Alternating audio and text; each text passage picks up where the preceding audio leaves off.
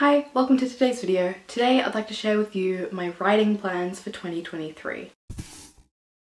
I'm sorry if I look a little sweaty, it is so hot today and I had to turn the air conditioner off because of the sound. Oh, it's a sweaty video. Okay, let's just get into it. I'm so excited about the coming year in terms of my writing. Let me start at the beginning. I never usually make writing specific plans for the year. I kind of usually wing it. I kind of decide, yeah, I'll do NaNoWriMo or I'll do one of the camps, but I decide that as I go. But this year I do have some specific goals and I'm so excited, so let's just go. So if you are new here, you may not know, but if you've been around my channel a little bit, you may know that I did NaNoWriMo in 2022 and I won for the first time. Very exciting. This is something I'm very excited about. I printed out the draft that I did over NaNoWriMo and today I finished binding it. It looks like a real book. It's not well bound and the book itself isn't good. It's a zero discovery draft, but I have like a book, which is so cool. But there are two projects I want to work on this year. There is what I did for NaNoWriMo. The working title for it is This Magic Blooms. So if I refer to that, that's what I'm talking about. The other one is something that I've had in my head since I was about 16. I wrote a first draft, major air quotes there because it was like maybe 20,000 words, 25,000 words. It didn't really have an ending, I didn't know what I was doing, and the story's gonna change a lot. I wrote that maybe at the start of the pandemic. But that's the other project I want to work on this year. That one, its working title at the moment is Project Princess, but that will probably change as well. So let's talk about what I want to do. I'm so excited. So with This Magic Blooms, I finished it on the 28th of November and I haven't looked at it since. I wanted to wait till the new year and now I'm going to read it and annotate it. This copy, it looks really big, but it is printer paper and between every page is a completely blank page so that I can annotate properly. I'm really excited about going through and annotating this book. So I want to read it and annotate it. And then I want to redo an outline based on what I've written and then another outline of what needs to be changed and, you know, all the little things that I want to do now. I then have to do like character profiles and setting profiles and a lot of the kind of background work that I didn't do at the start because it was a NaNoWriMo project. Whew, I'm sweaty. I also want to have a second draft done by the end of the year, which is really scary to me because I have never actually written a second draft of anything ever. I have always really struggled with like touching something once it was done. I write it once and that's it. Like there is no editing for me, but like that's not how novels work. So this year is kind of about learning redrafting and learning editing and I'm so excited about pursuing it. Like I don't think this is a thing that I'm going to pursue publishing in, but I want to develop my abilities in writing and editing and I'm just very excited about all of this if you can't tell by the grin on my face.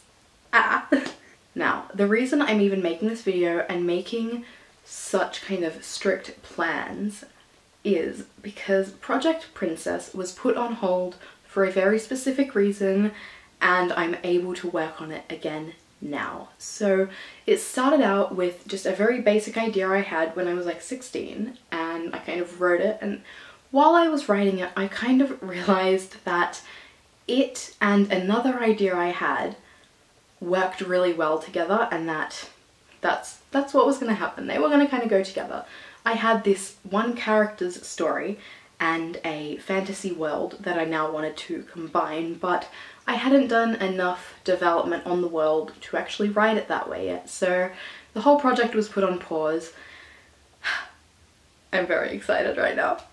So the research that I had to do for this world building is very specific and honestly maybe a little bit niche, but I wanted this fantasy world to be inspired by Maltese mythology. My family is Maltese, Maltese culture has been a big part of my life, and so I want it to be an influence on my work. Now, last year I did get a book that kind of shows Maltese, you know, mythological creatures and things, and this was really helpful in kind of like working out what I wanted to do, and I found my old notes from when I had gone to Malta in the past about certain areas that seemed really interesting to put into a story and certain, like, you know, just parts of the culture. And I just wanted to be able to do a little bit more research, but that's really hard to do just at home because I live in Australia and it's a very different culture and a very different visual world than Malta. But I recently booked my flights and I'm going to Malta this year, which is very exciting. It's my first like proper like adult trip. I did go when I was 18, but I was like freshly 18.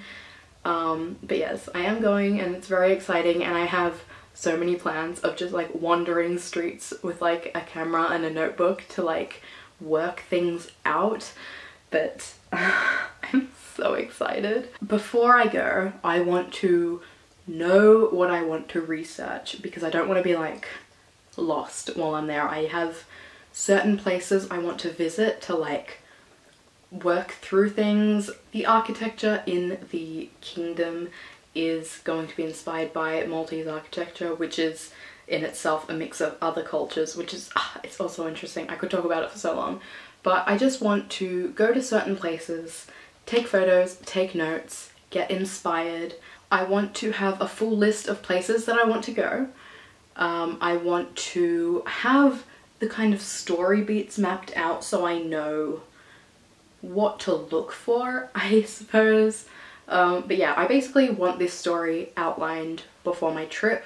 So I do have, you know, like 8 months to do that, but I'm so excited. I'm genuinely just so excited. It hasn't sunk in properly yet that like I am going on this trip, but I am, and that's so exciting.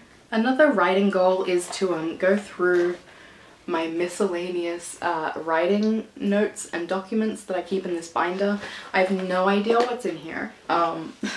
I think some of the original notes for Project Princess are in here. Maybe in this notebook. Here's half an outline. The whole story has to change is one of the problems. That's part of why I put it on pause, because I knew that I had to develop the world and the story was going to change because of that. So I need to know the story, know the world, kind of know everything about it so that I can go and find out what I need to find out. I don't know how to talk about this in a way that makes sense. It makes sense in my head. So I'm not sure if I actually ended up saying what my exact goals were in that. I feel like I blacked out and just got way too excited. So let me try and gather myself a little bit. Project Princess is set in a fantasy kind of world that is inspired by Malta and Maltese folklore. That makes sense. Cool. It's not set in Malta, is something that like I want to make clear, but the kingdom itself is essentially like alternate universe Malta at this point, but there are a lot of like creatures and magic and things, and it's kind of the hard part right now for me is working out like where do I draw the line? How much magic is there, you know? Where is the level of what creatures are too much is something that I need to work out, which I think I will be able to work out by you know, using resources available to me now. Problem is, there aren't like a lot of resources about Maltese mythology and folklore. As an Australian looking for things, I found this book and I couldn't get it in Australia. I couldn't get it shipped to me, get like a digital copy or anything. I ended up just luckily knowing people going to Malta and being like, hello, please get this and bring it back to me. So it's honestly so interesting, and it's been like, when I've flicked through it, I just get so many new ideas, and when I like sit and like think about this story, I remember things from when I've been to Malta in the past. The reason the idea of like a fantasy world inspired by Malta even came into my head was because when I was there, I went on a little like boat tour of an area. If you know Malta, it was in the Blue Grotto. I went on one of the little boats and went around the caves and things. And the kind of tour guide was talking about like, you know, the different caves we were passing, and talking about how one of them was called like Temple Cave or like Altar Cave or something like that, because there was like a flat surface that looked a bit like an altar. And immediately I was like, huh, what if it was like an altar? What if that was a little temple in there? Who's in there? What do they worship? Like, what's going on? And that's where the entire idea of like Malta inspired fantasy came from for me. The idea of like an island, nation, kingdom situation with like trade surrounding them, but they're like in the middle of these very different worlds essentially, and like how does that influence like the culture of the island, and like who are there right now? And like, if you know like the kind of history of Malta, it's basically just been like conquered over and over again by different groups, and like who's in charge now kind of thing. It's like, wow, what's happening? I think the way that writers find inspiration and the questions they ask themselves about their stories is really interesting, and so like analysing my own is very strange. But yes, I'm gonna stop rambling. I'm so sorry for all of that. To conclude, this year I want to work on This Magic Blooms and get a second draft done, and all of the kind of like background information that I need to know. Oh my god, a second draft of something. That's gonna be really hard. Honestly, it's gonna be hard. A lot needs to change in that story. But I want to get that done, and I want all of the groundwork done for Project Princess. I want a new working title because I'm sick of that one. And the story's changed so much since then that it just doesn't work anymore. I'm not gonna say that I want to write the first draft of Project Princess because I just don't know where the research is gonna take me, and I don't know if I'm gonna want to spend some more time on it and like change the direction of the story. I do think that it's gonna be not just a single book. Originally it was meant to be just a standalone, just like this one little self-contained fantasy story, and then I realized like, oh, but like I want a prequel about the queen, and then I was like, oh, but like it can't just end there, because like maybe you overthrow a corrupt ruler, but like that's not the end of the story. So there's a lot to work on. It will probably be,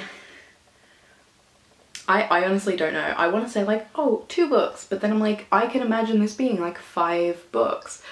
I need to outline this story. I need to work on the world building. I'm so excited. But that's all I have for today. I'm gonna let you go. I'm so excited for what the year has to bring. Are you a writer? What are you planning on working on this year? Any exciting news? A lot of the people that I follow and some of my mutuals are publishing this year, which is so exciting. But yeah, I can't wait to see what the year brings. I think it's gonna be a good one, to be honest. I'm so like inspired and just creative at the moment, and I can't wait. And I'm going overseas and having a holiday, and I'm so excited. But yes, that is all I have for you today. Thank you for watching this video. You can give it a thumbs up, you can subscribe. I post twice a week, and I will see you next time. Bye.